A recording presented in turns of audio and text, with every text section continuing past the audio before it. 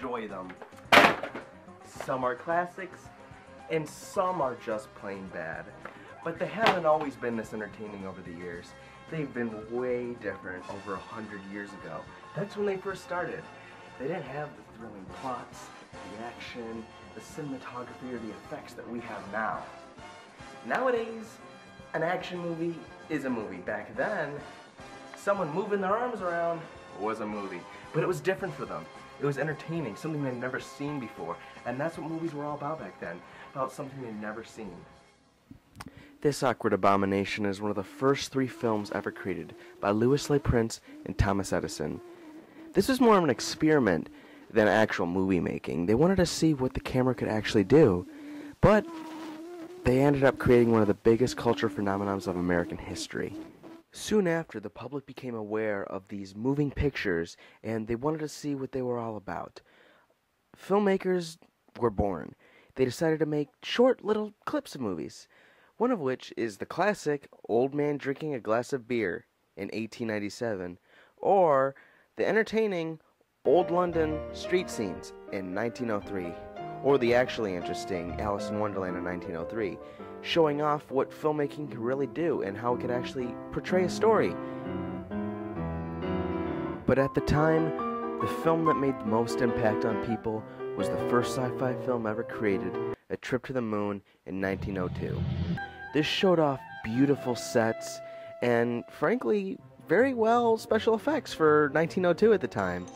And people were astonished by what they were able to create. And it really set off motion pictures in a way that no other film ever could. And when there's films, there's celebrities. And one of the best, one of the brightest, one of the most passionate filmmakers of the early age, Charlie Chaplin, made his first appearance in 20 Minutes of Love, directing and acting. He refined comedy in a way that no other director ever could, and he made the silent era of films so creative and well-known. After great classics like Nosferatu and Metropolis, the silent era was slowly coming to a close. In 1927, the first quote-unquote talkie was released. They were the first talking films, and it changed the industry forever. And it, of course, changed actors' lives. Because not all of them knew how to talk in films. They were just meant to be physical and move around, because they didn't have to talk. And it really shut down actors' careers, and even directors at times. They didn't know how to use it. There's 2 real big phases of transition, right? The first phase in moving from the silent era to the talkies were sound effects, right? And so, that phase was sort of accomplished much sooner and easier. It was to essentially just add sort of sound effects to it, right? And you also have what's called radio cues. So like a door opens, right? Or somebody falls, it makes a boing sound, that kind of stuff. As the silent era of films ended, a new era of films began. Ones with color, better acting, and better sets, and better atmosphere. Better everything, really. Basically, it's called the Golden Age of Hollywood. These films include Gone with the Wind, Wizard of Oz, and Lawrence of Arabia, all of which had better soundtracks, editing, and actors. But Hollywood hasn't always been the best place in the world. There's a lot of stories surrounding Hollywood as being a distasteful business full of scoundrels and buffoons that support favoritism. Some of these stories are true. Studios will help market mediocre films purely for the popularity surrounding it. Actors who slither their way into auditions by doing things that could be now called scandals, and even companies that refuse to work with talented newcomers. And many of these issues are still around to this day. But even if the many issues of Hollywood affected the market, it doesn't mean the films were any less great. Around the late 50s and 60s, we met great actors we still know to this day. Robert Redford and Jack Nicholson both started from this era and used their own charisma to be successful in Hollywood. But having a charismatic attitude wasn't always the case if you wanted to become popular. The great Marlon Brando, who has dominated cinemas in the 50s, 60s, and 70s, was known for being incredibly harsh and mean to most of the time. In the 50s and the 60s, actors weren't the only ones who evolved. Movies turned into these enormous, big-budget epics that stand the test of time to this day. Well, I think that, just working here at least, I've seen the impact of a couple different filmmakers on the, films from the 60s and 70s with, like Tarantino and Rodriguez and some of those guys. You also see it in there's been a lot of films recently that went back to that time period too, and they're trying to make some of the films a la in the style of that time period. One movie that's out now, I'd say, is American Hustle, where it's actually, you know, about the 70s and that, but I think they tried to, you know, and then Rush came out too. Even though those films were about that time era, I think they also tried, some of the filmmakers tried filming in that style, particularly, you know, trying to get different angles and different things that the filmmakers used at that time to try and make it, you know, more authentic and put the audience more into the, you know, the 60s and 70s. One of the things too is, you know, I made a couple of really ultra low budget films, and I used some of the things I noticed in the 60s and 70s that they did, tried using that in my filmmaking just because it was low budget.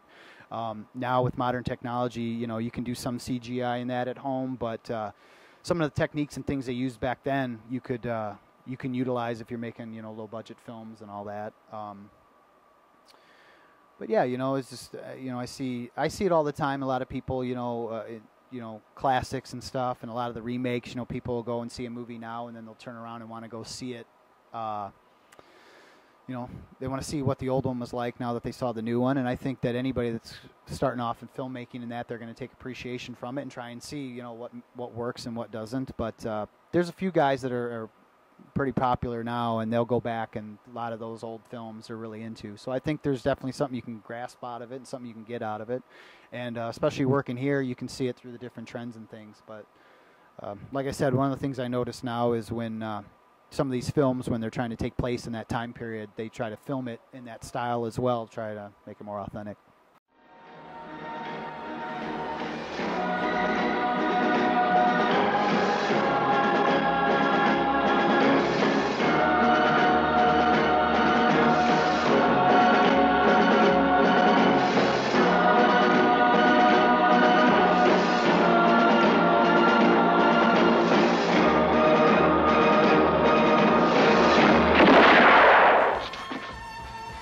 The camera work has become superb and shows that it was one of the greatest eras in 20th century films. Soon enough, the 70s roll in and bring in its own share of classics, but oddly enough, first started using digital effects. In 1977, Star Wars shocked the world with the amount of digital effects showed on screen. Now, people have seen special effects before, especially with Stanley Kubrick's 2001: A Space Odyssey, but nowhere near the amount that Star Wars had. Not only was Star Wars the best looking film of its time, but it was also the highest grossing as well. It made around $775,398,007 during its release, and with inflation now, it would have been $2,151,105,836. That's a lot of money, which was unheard of at this time as well. The 70s did an amazing job at adjusting to the modern era by modernizing its movie theaters and adding to the already existing drive-in theaters, adding cartoons before films, and even creating those cheesy but classic intermission ads. Movie theaters still to this day use the techniques that other movie theaters did back then, and some movie theaters now even are trying to be like the 70s, like how they were before, trying to look like how it was in the 70s, trying to act like how it was in the 70s. It's really cool. But back to the effects. Star Wars did an amazing job at showing the audience what special effects can really do.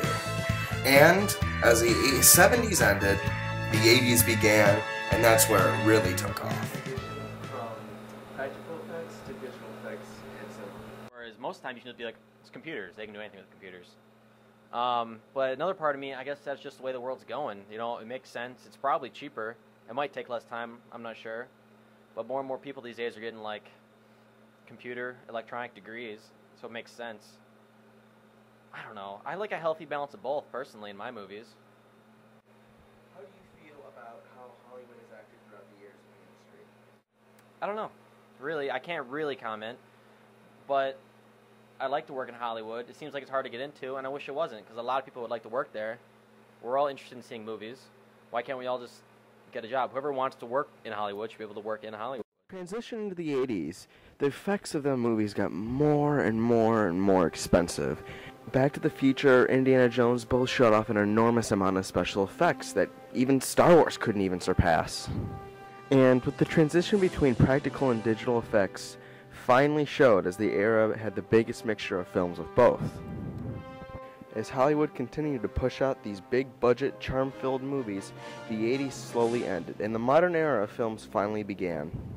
Now, the only difference between the 90s and the 2000s is the digital effects and fashion. Now, sure, the people who made it were different, and the people surrounding these films and the producers were all different.